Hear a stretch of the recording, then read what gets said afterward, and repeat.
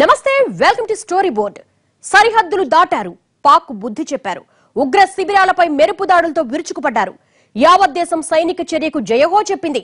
పార్టీలకు అతీతంగా ప్రభుత్వానికి అండగా నిలిచాయి. మరి సర్జికల్ దాడులపై ఇప్పుడెందుకు అనుమానం? విపక్షాల సందేహాలకు సమాధానం చెప్పాలా? ఫుటేజ్ విడుదల చేసినా పర్వాలేదని సైన్యం ఎందుకంటోంది? ప్రభుత్వం ఎందుకు సందేహిస్తోంది? సర్జికల్ దాడుల చుట్టూ రాజకీయం ఎందుకు? ఇదే ఇవాళ స్టోరీ బోర్డ్.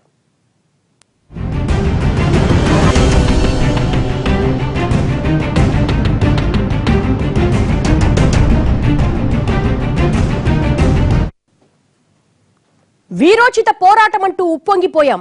అదును చూసి పాకిస్తాన్ దెబ్బ కొట్టామంటూ ఉద్వేగానికి లోనయ్యాం. కాశ్మీర్ నుంచి కన్యాకుమారి వరకు యావత్ భారతం సైనికులకు జేజేలు పలికింది. రాజకీయాలను పక్కన పెట్టి మోడీ ప్రభుత్వానికి అన్ని పార్టీలు మద్దతు ప్రకటించాయి. విమర్శలు గుప్పించే వాళ్లు కూడా దట్ ఈజ్ మోడీ అంటూ ఆకాశానికి ఎత్తేశారు. కానీ 10 రోజులు గడిచేసరికి సీన్ మారిపోయింది. సర్జికల్ దాడులపై రాజకీయాలు మొదలయ్యాయి. సర్జికల్ దాడులు జరగలేదని పాకిస్తాన్ అనడంలో ఆశ్చర్యమేమీ లేదు. కానీ ప్రతిపక్షాలు కూడా గొంతు కలిపాయి. శభాష్ అంటూనే ఆధారాలు చూపించాలంటున్నాయి. దాడి మీద రాజకీయ దాడి మొదలైంది.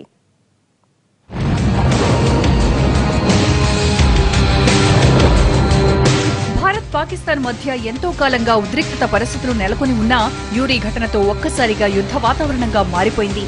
పాకిస్తాన్ ప్రేరేపిత ఉగ్రవాదులు యూరీ సెక్టార్లోని ఆర్మీ క్యాంప్పై దాడి చేసి జవాన్లను పొట్టన పెట్టుకున్నారు. ఉగ్ర మూకలతో వీరోచితంగా పోరాడి ప్రాణాలు కోల్పోయారు మన సైనికులు. పాకిస్తాన్ దుశ్చర్యలు చూసి భారతీయుల రక్తం మరిగిపోయింది. పొరుగు దేశంతో శాంతి కోరుకుంటుంటే సైనికుల ప్రాణాలు తీస్తారా అంటూ పాక్ పై ఆగ్రహంతో ఊగిపోయారు. అటు ప్రభుత్వం కూడా అదే స్థాయిలో స్పందించింది. యూరీ ఘటన వెనుక ఉన్నవాళ్లు ఫలితం అనుభవించక తప్పదంటూ మోడీ ఘాటుగానే హెచ్చరించారు. వ్యూహాత్మకంగా వ్యవహరించి మూడో కంటికి తెలియకుండా సర్జికల్ దాడులకు ప్రణాళికలు వేశారు. అనుకున్నది అనుకున్నట్టుగా అమలుపరిచారు.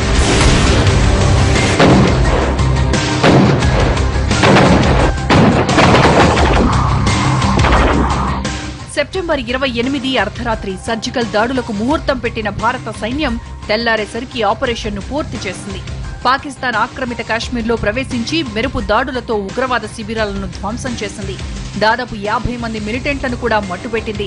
పాకిస్తాన్కు ధీటైన జవాబు చెప్పి దాయాది దేశం వెన్నులో వణుకు పుట్టించింది భారత్. చరిత్రలో ఎప్పుడూ లేని విధంగా ప్రభుత్వం సాహసోపేతమైన నిర్ణయం తీసుకుందంటూ దేశ ప్రజలతో పాటు రాజకీయ పార్టీలు కూడా మోడీ సర్కారుకు అండగా నిలిచాయి. సైనిక చర్యను ఆమోదిస్తూ దేశవ్యాప్తంగా సంబరాలు కూడా జరిగాయి. అందరూ ముక్త కంఠంతో ప్రభుత్వం వెంట నడిచాయి.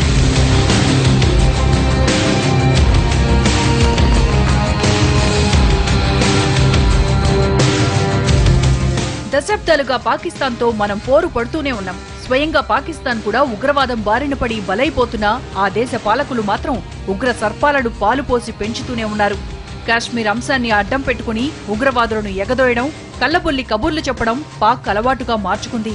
చివరకు సైనిక శిబిరాలపై ఉగ్రవాదులతో దాడులు చేయించే స్థాయికి తెగించింది. అందుకే దాడికి దాడే సమాధానం అంటూ సర్జికల్ అటాక్స్ చేసింది భారత్. ముష్కరులకు ధీటైన సమాధానం చెప్పడం అంటే సహజంగానే అభినందనలు లభిస్తాయి. రాజకీయ విభేదాలు, పార్టీల సిద్ధాంతాలతో సంబంధం లేకుండా ప్రతి ఒక్కరూ ప్రభుత్వ చర్యను సమర్థిస్తారు.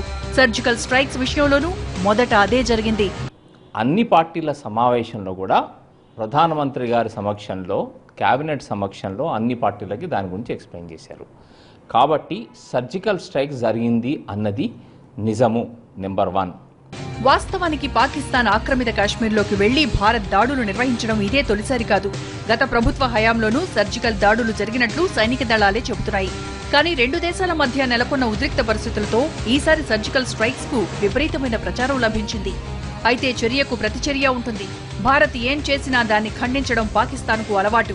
సర్జికల్ దాడులు చేశామని భారత మిలిటరీ ఆపరేషన్స్ డైరెక్టర్ ప్రకటించిన కొన్ని గంటలకే పాకిస్తాన్ దాన్ని ఖండించింది. అసలు అలాంటి దాడులే జరగలేదంది. భారత్ ఉద్దేశపూర్వకంగా అవాస్తవాలను ప్రచారం చేస్తోందంటూ అంతర్జాతీయ మీడియాను పీఓకేకు తీసుకెళ్లింది. ఐక్యరాజ్య సమితి ప్రతినిధులు కూడా సర్జికల్ దాడులు జరిగిన వాతావరణమేమీ తమకు కనిపించలేదని ప్రకటించాయి.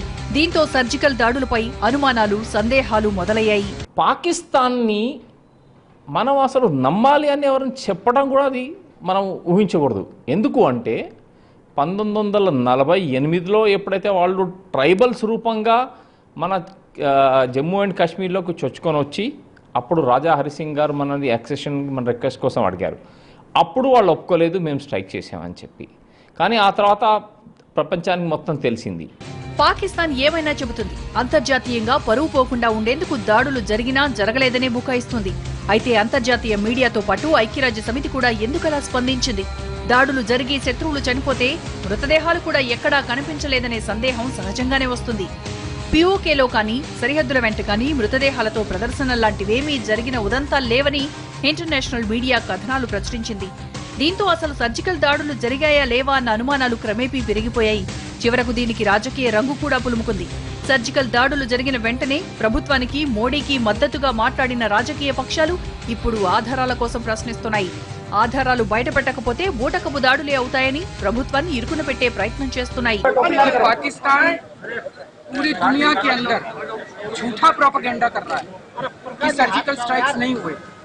हम सब जानते हैं कि सर्जिकल स्ट्राइक्स हुए, हम सब मानते हैं कि सर्जिकल स्ट्राइक्स हुए, लेकिन पाकिस्तान पूरी दुनिया के अंदर जाके ये प्रोपेगेंडा कर रहा है और पूरी दुनिया के अंदर सब अखबारों में, सब टीवी चैनलों में यही चल रहा है।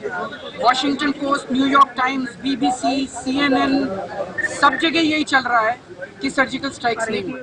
कि जो भी सर्जिकल स्ट्राइक का दावा सरकार कर रही है वो सही है या गलत है मुझे नहीं, मेरे हिसाब से तो फेक लग रहा है। और वो तब तक फेक लगेगा जब तक भारत सरकार अपनी तरफ से सबूत नहीं देती कि हाँ सचमुच इस प्रकार का कोई सैनिक अभियान हुआ था पाकिस्तान के आतंकवादी ठिकानों को नष्ट करने के लिए।